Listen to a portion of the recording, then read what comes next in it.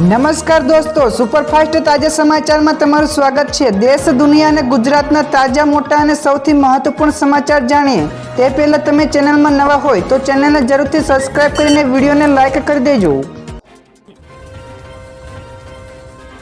સૌથી પહેલા દોસ્તો આપણે વાત કરીએ તો ઓક્ટોબર મહિના અંગે આવી નવી આગાહી। તો ચોમાસાની વિદાય થાય તે પહેલા જ ગુજરાતમાં વિવિધ જિલ્લાઓમાં 5 ઓક્ટોબર શનિવાર સુધીમાં વરસાદ નોંધાઈ શકે છે। તો બીજી તરફ આજે એટલે કે 2 ઓક્ટોબરથી ગુજરાતમાં વરસાદનું જોર પણ સતત ઘટી રહ્યું છે। જો કે આ મહિનામાં નવરાત્રી દરમિયાન પણ વરસાદની આગાહી છે। તો ઓક્ટોબરમાં લોકોને ગરમીનો પણ અનુભવ થશે। તો સાથે જ બંગાળની ખાડીમાં પણ વાવાઝોડું સક્રિય થઈ શકે છે। તો આમ ઓક્ટોબર મહિનામાં લોકોને વરસાદની સાથે ઠંડી પ્રસરતા ઠંડી પણ લાગશે ને સાથે ગરમીમાં પણ લાગશે। તો દોસ્તો બીજા સૌથી મોટા સમાચાર સામે આવ્યા છે। સરકાર સામે આંદોલનનું રણસીંગું। તો રાજ્ય સરકાર સામે વધુ એક આંદોલનનું રણસીંગું ફૂંકાયું છે। તો રાજ્ય રેશન શોપ ડીલર એસોસિએશન દ્વારા જાહેરાત કરવામાં આવી છે કે 1 ઓક્ટોબર એટલે કે ગઈકાલથી જ સમગ્ર રાજ્યમાં 17,000થી વધુ રેશન શોપ ડીલરો દ્વારા રેશનિંગના જથ્થાનું વિતરણ કરવામાં આવશે નહીં। તો 72 લાખથી વધુ પરિવારો રેશનિંગના જથ્થાથી પણ વંચિત રહેશે। જ્યારે જ્યાં સુધી રાજ્ય સરકાર દ્વારા આ માંગણીઓનો નહીં ઉકેલે ત્યાં સુધી હડતાલ યથાવત રાખવાની આવી પણ ચીમકી આપી હતી। આગળ દોસ્તો વધુ એક સૌથી મોટા સમાચાર મળ્યા છે। દ્વારકા એક્સપ્રેસ વે ઉપર ટોલ પ્લાઝા નહીં હોય। જી હા દોસ્તો, દ્વારકા એક્સપ્રેસ વે અનેક આધુનિક સુવિધાઓ સાથે બનાવવામાં આવ્યો છે। તો તેને દિલ્હી એનસીઆરમાં ટ્રાફિકની વ્યવસ્થા સુધારવા માટે પણ વિકસાવવામાં આવ્યું છે। તો આ આધુનિક રોડ ટોલ પ્લાઝા વગરનો દેશનો પ્રથમ એક્સપ્રેસ વે બનવા જઈ રહ્યો છે, જ્યારે તેને ફ્રી ફ્લો ટોલિંગ સિસ્ટમ નામ પણ આપવામાં આવ્યું છે। તો અહીં ફાસ્ટેગ અને કેમેરાની મદદથી ટોલ ઓટોમેટિક કપાશે। તો તેની મદદથી દ્વારકા એક્સપ્રેસ વે ઉપર જામની પણ સમસ્યા નહીં રહે। બીજા સૌથી અગત્યના સમાચાર સામે આવ્યા છે। રાહુલ ગાંધીનું મોટું નિવેદન, કહ્યું કે કોંગ્રેસના નેતા સિંહ છે, આરએસએસમાં દમ નથી। જ્યાં દોસ્તો હરિયાણામાં કોંગ્રેસ નેતા રાહુલ ગાંધીએ વિજય સંકલ્પ યાત્રા ચાલુ છે, જે દરમિયાન તેમણે સંબોધન કરતા કહ્યું હતું કે કોંગ્રેસના નેતાઓ સિંહ છે પરંતુ આરએસએસમાં કોઈ દમ નથી। તો આ લોકો મને જોઈને સંતોષાઈ જાય છે। તો હું લોકસભામાં પણ ભાષણ આપું છું ત્યારે પણ પીએમ નરેન્દ્ર મોદી વોકઆઉટ કરે છે અને હું ભાજપ અને મોદીને પણ નફરત નથી કરતો તેમ પણ જણાવ્યું હતું। આગળ દોસ્તો વધુ એક સૌથી અગત્યના સમાચાર મળ્યા છે। પૂરગ્રસ્ત રાજ્યોને ₹675 કરોડની સહાયની જાહેરાત થઈ છે। જ્યાં દોસ્તો કેન્દ્રએ ગુજરાત, મણિપુર અને ત્રિપુરા જેવા પૂરથી પ્રભાવિત રાજ્યોને સ્ટેટ ડિઝાસ્ટર રિસ્પોન્સ ફંડમાંથી તેના હિસ્સા તરીકે અને નેશનલ ડિઝાસ્ટર રિસ્પોન્સ ફંડમાંથી એડવાન્સ તરીકે ₹675 કરોડ રૂપિયાની મંજૂરી આપી છે। તો કેન્દ્ર સરકારે પણ એસડીઆરએફ તરફથી કેન્દ્રીય હિસ્સા તરીકે ગુજરાતને ₹600 કરોડ, મણિપુરને ₹50 કરોડ અને ત્રિપુરાને ₹25 કરોડ અને એનડીઆરએફ તરફથી એડવાન્સ આપવાની પણ મંજૂરી આપવામાં આવી છે।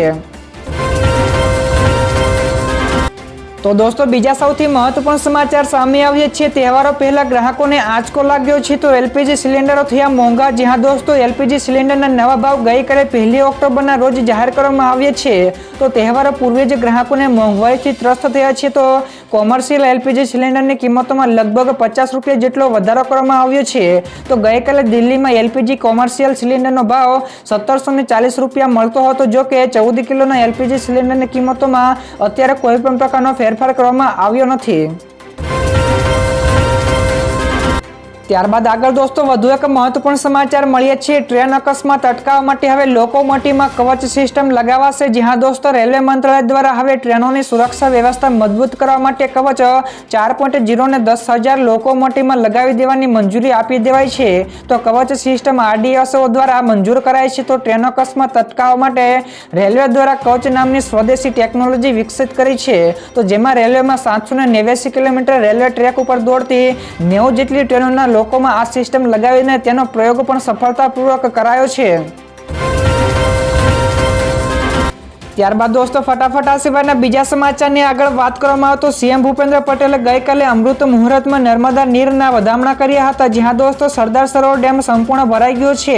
તો ગઈકાલે ડેમ પોતાની મહત્તમ સપાટી 138.68 મીટરે પહોંચતા મુખ્યમંત્રી ભૂપેન્દ્ર પટેલે કેવડિયા પહોંચ્યા હતા। તો 12:39 વાગ્યે અમૃત મુહૂર્તમાં નર્મદાના નીરના વધામણા પણ કર્યા હતા।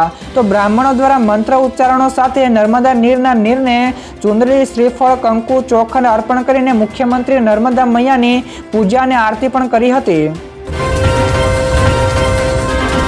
તો દોસ્તો ફટાફટ આ સિવાયના બીજા સમાચારની વાત કરવામાં આવે તો બાયોગેસ પ્લાન્ટ માટે પશુપાલકોને ₹37,500ની સબસિડી મળશે। જ્યાં દોસ્તો બાયોગેસ પ્લાન્ટ માટે પશુપાલકોને ₹37,500 સબસિડી આપવામાં આવી રહી છે।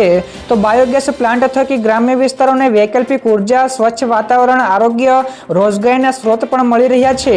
તો આજે રાજ્યમાં 7200થી વધારે બાયોગેસના પ્લાન્ટ કાર્યરત છે, જેના થકી પશુપાલકોની આવકમાં પણ વધારો થઈ રહ્યો છે। તો બાયોગેસ પ્લાન્ટના કારણે ઈંધણ ખર્ચની બચતમાં પણ સુધારો થઈ રહ્યો છે।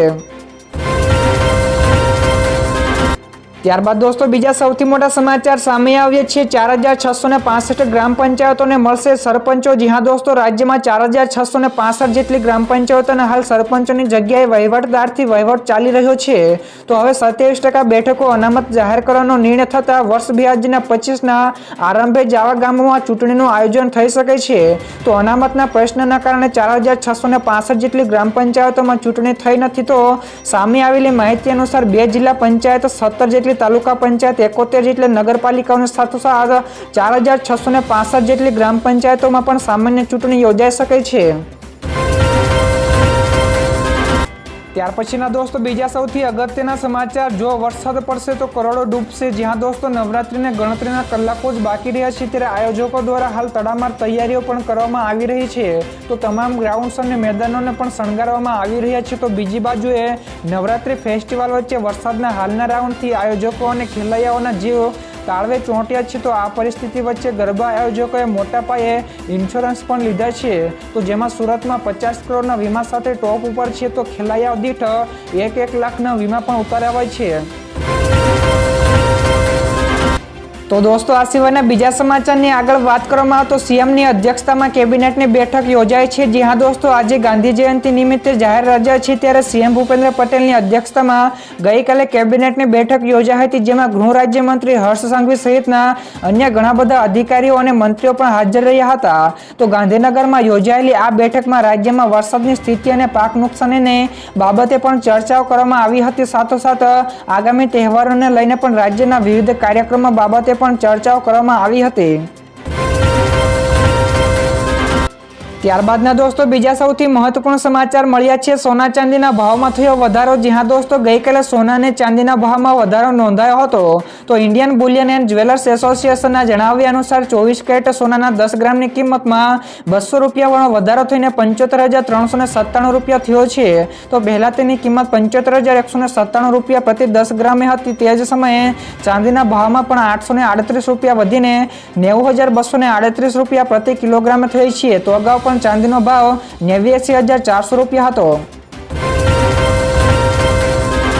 ત્યારબાદના દોસ્તો બીજા સૌથી મોટા સમાચાર સામે આવ્યા છે। સીમાઓ પર સ્થિતિ સ્થિર છે પરંતુ સામાન્ય નથી। જ્યાં દોસ્તો આર્મી ચીફ જનરલ ઉપેન્દ્ર ત્રિવેદીએ પૂર્વ લદ્દાખમાં LACના મુદ્દાઓને ઉકેલવા માટે ભારત અને ચીન વચ્ચે ચાલી રહેલી વાતચીતને લઈને મહત્વપૂર્ણ નિવેદન આપ્યું છે।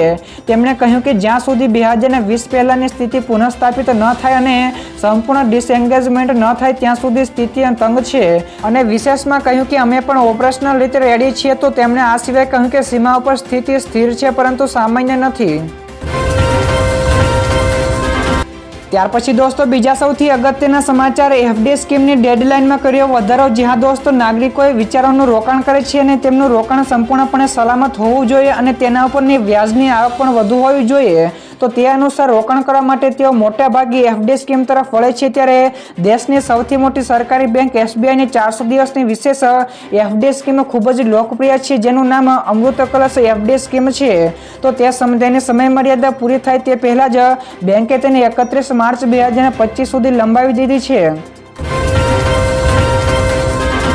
ત્યારબાદ દોસ્તો આગળના બીજા સમાચાર શેર માર્કેટ વિશે પણ મળ્યા છે। તો ગઈકાલે ઘટાડા સાથે બંધ થયું હતું શેર બજાર। જ્યાં દોસ્તો ભારતીય શેર બજાર ગઈકાલે લીલા નિશાન સાથે ખુલ્યું હતું, જો કે કારોબારી સપ્તાહના અંતે શેર બજાર ઘટાડા સાથે બંધ થયું હતું। તો સેન્સેક્સમાં 33 પોઈન્ટના મામૂલી ઘટાડા સાથે 84,266 અંક ઉપર બંધ રહ્યો, જ્યારે નિફ્ટીમાં પણ મામૂલી 13 અંકના ઘટાડા સાથે 25,796ના અંક ઉપર બંધ થયો હતો।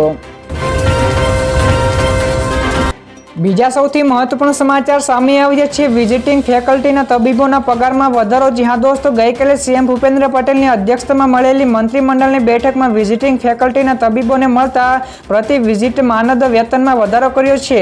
તો 500 કિલોમીટર સુધીના અંતર માટે માનદ વેતનમાં 700 થી લઈને ₹1051, કિલોમીટરથી 100 કિલોમીટર માટે 800 થી વધારીને ₹1250, 100 કિલોમીટરથી વધુની અંતર માટે 900 થી વધારીને ₹1500 કરવામાં આવ્યું છે.